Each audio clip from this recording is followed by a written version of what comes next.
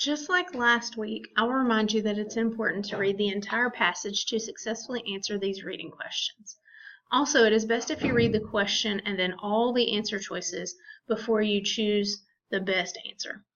I would recommend that you read the information at the top of the page or whatever precedes the passage itself. That could give you important clues as to what the passage is about.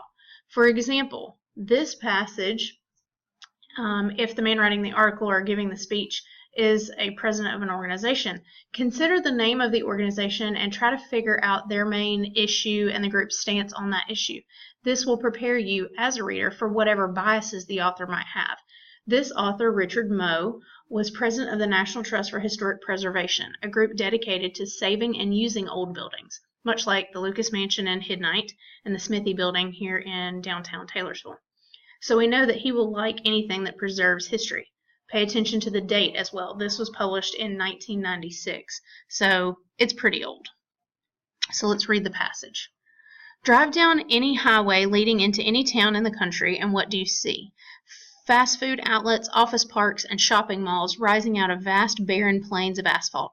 Residential subdivisions spreading like ink blots, obliterating forests and farms in their relentless march across the landscape. Cars moving sluggishly down the broad ribbon of pavement, or halting in frustrated clumps at choked intersections. You see communities drowning in a destructive, soulless, ugly mess called sprawl.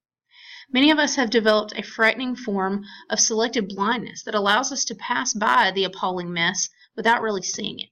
We've allowed our communities to be destroyed bit by bit, and most of us have shrugged off this destruction as the price of progress.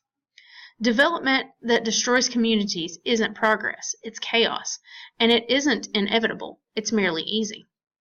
Too many developers follow standard formulas, and too many government entities have adopted laws and policies that continue powerful incentives for sprawl. And why is an organization like the National Trust for Historic Preservation so concerned about sprawl? We're concerned because sprawl devastates older communities, leaving historic buildings and neighborhoods underused, poorly maintained, or abandoned. We've learned that we can't hope to revitalize these communities without doing something to control the sprawl that keeps pushing farther and farther out from the center. But our concern goes beyond that, because preservation today is about more than bricks and mortar. There's a growing body of grim evidence to support our belief that the destruction of traditional downtowns and older neighborhoods, places that people care about, is corroding the very sense of community that helps bind us together as a people and as a nation.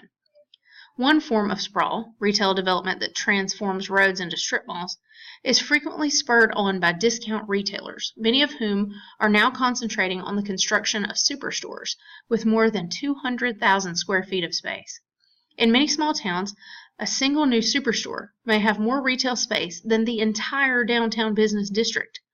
When a store like that opens, the retail center of gravity shifts away from Main Street. Downtown becomes a ghost town. Sprawl's other most familiar form, spread out residential subdivisions that leapfrog from the urban fringe into the countryside, is driven largely by the American dream of a detached home in the middle of a grassy lawn. Developers frequently claim they can build more affordable housing on the edge of town, but affordable for whom?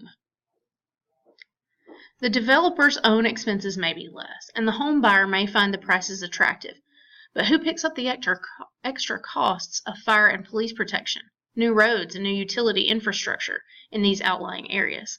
We all do, in the form of higher taxes for needless duplication of services and infrastructure that already exist in older parts of our cities and towns.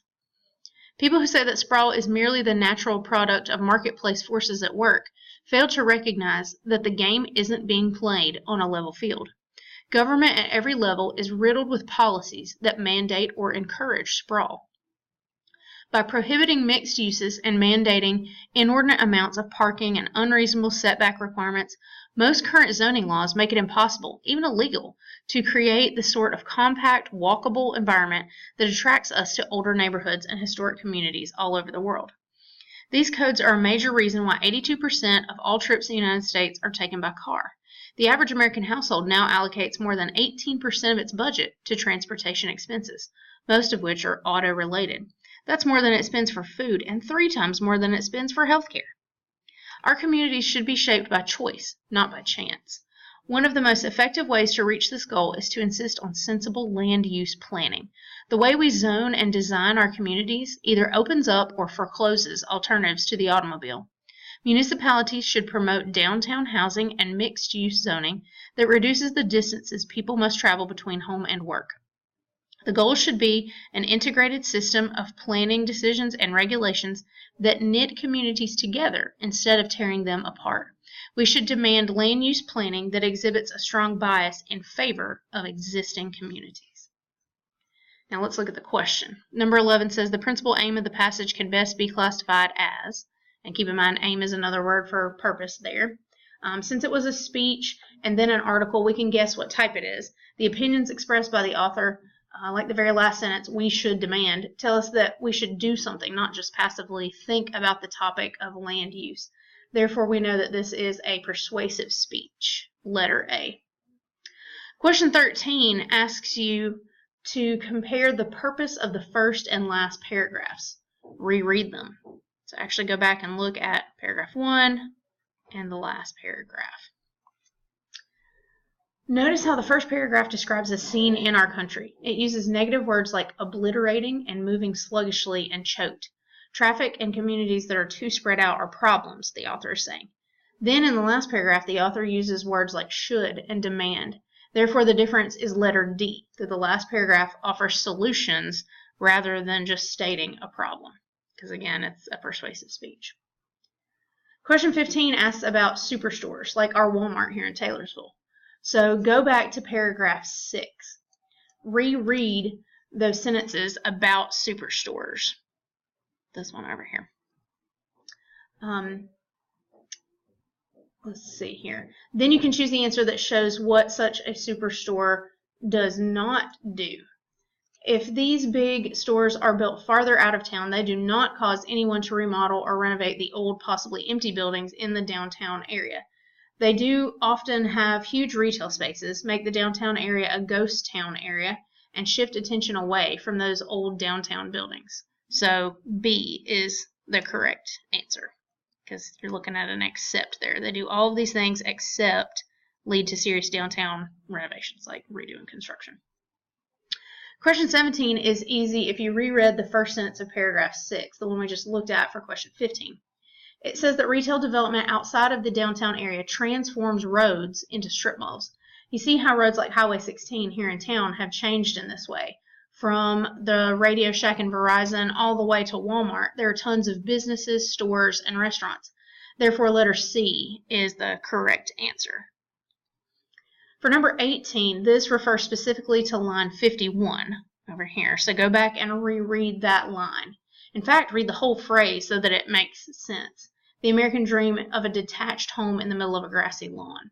So the word detached here suggests a house that is not attached to any other, like not an apartment or a duplex or a condo. Therefore, the best answer is letter G, set apart.